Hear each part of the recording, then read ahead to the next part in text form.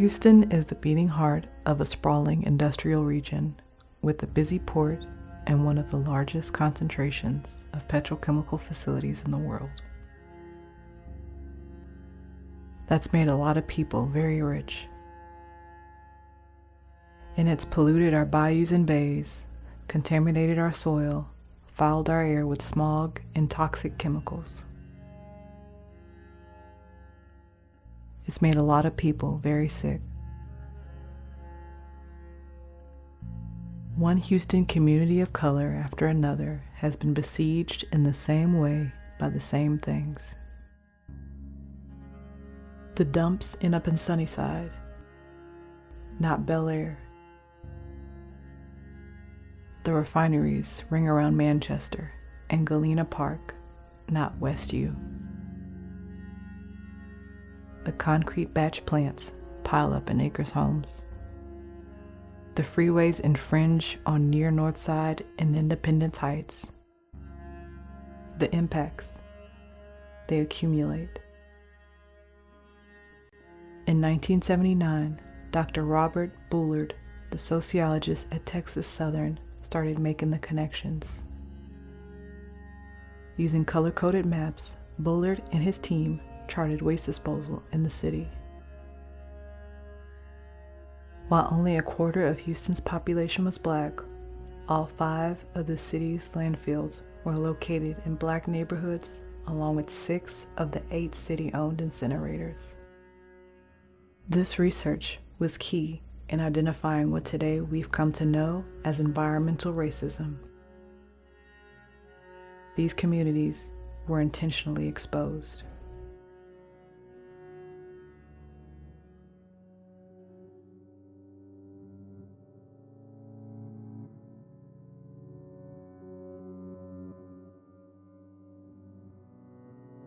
It just made me realize how important I was, because I was shown nothing but love when I was growing up as a child, when it came to the village of the Fifth Ward area.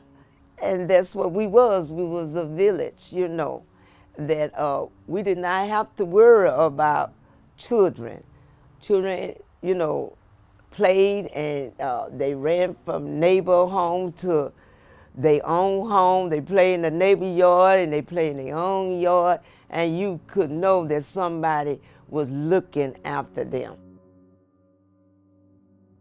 As time went on by, we started seeing the freeways built, and that was really a problem because we couldn't go from one side to the other side.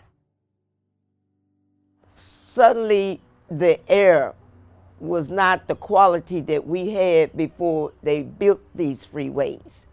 If they did inquire with the community that they was building them, the community must not never really knew.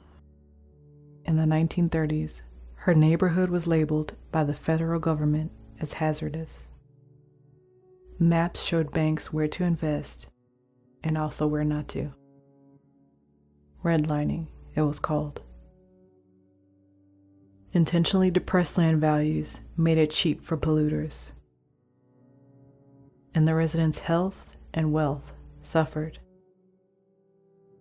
I was between 13 and 14 years old when I first started calling because the fumes were just so awful. They were sickening, and it penetrated the house, and you couldn't escape it.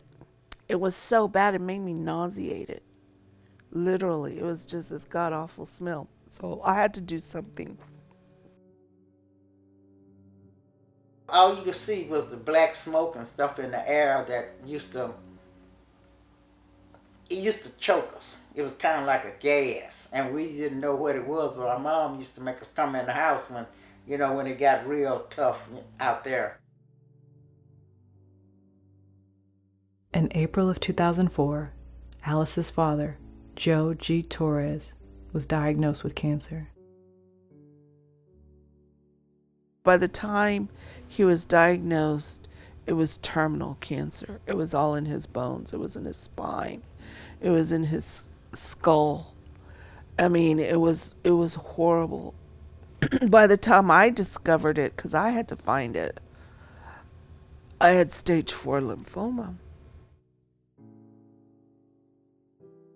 Well, my mom passed the cancer, so I feel like that's a residual from it. My aunt, she stayed down there on Liberty Road, and she passed also of cancer.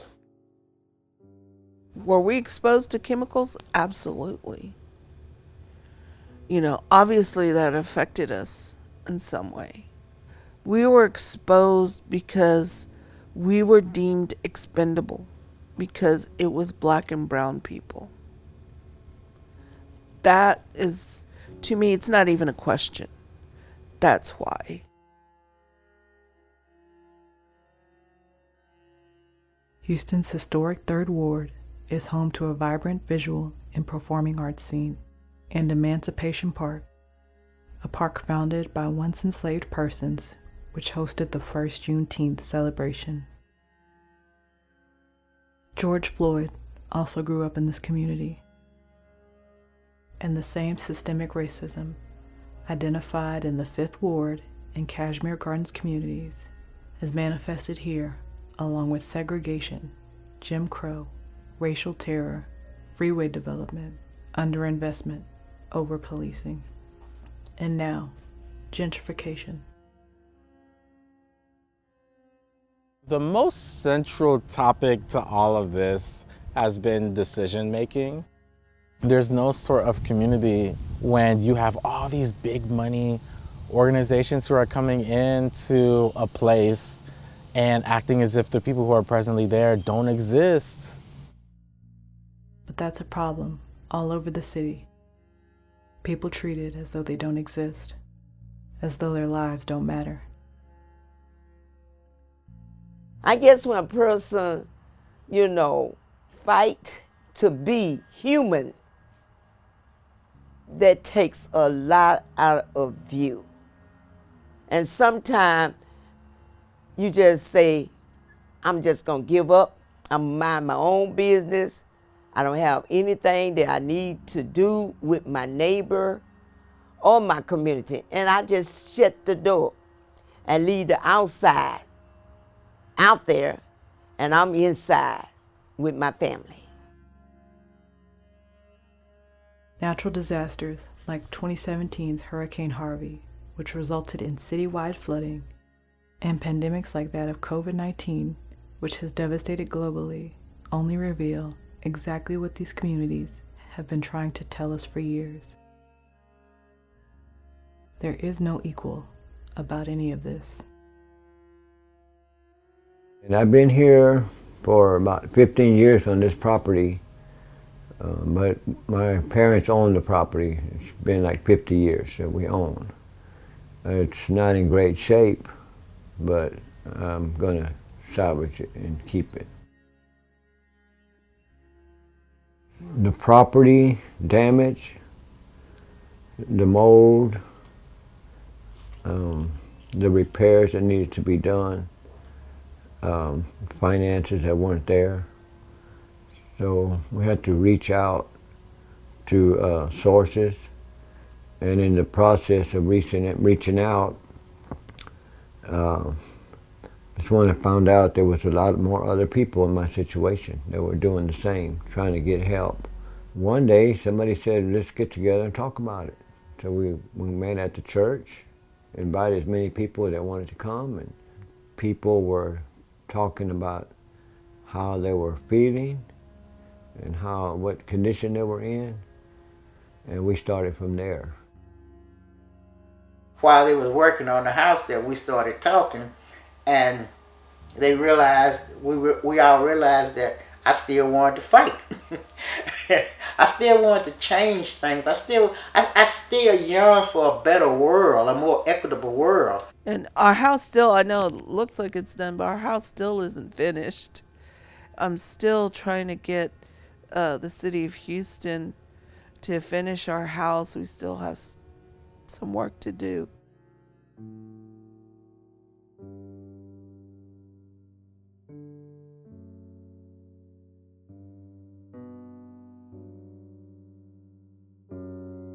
I wanted my mom to see her house finished. I wanted her to see it nice again. Unfortunately, she didn't. She didn't get to see that. I think this house represents a culmination of my mother and father's hard work. And I think I owe it to them, and to finish the house, and to be grateful that they left this.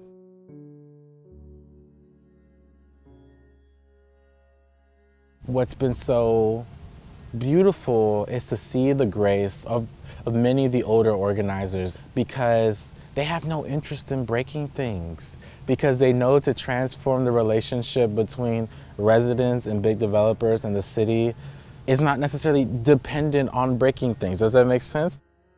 And I think that's been that's a big lesson to me. And that's what I really want everybody to understand. This is something that you just don't be in tomorrow and you quit the next day. This is the struggle of a lifetime. So if you want any change, you are your own change agent. And when you look in that mirror and you ask yourself, have I done enough? And the answer is always no, because there's always something else to be done. So that made me feel good when I can look back. And there I see my children. Then I can look back even further, and there my grandchildren really looking at and listening, and wants to do the same thing as grandma and mama and daddy is doing. And if you don't think voting matters, if you don't see things changing, well, then you be the change. You make it matter, Make them answer to you. Make a call. Say, hey, I voted for you. Why aren't you doing this for me like you promised? Hold people accountable.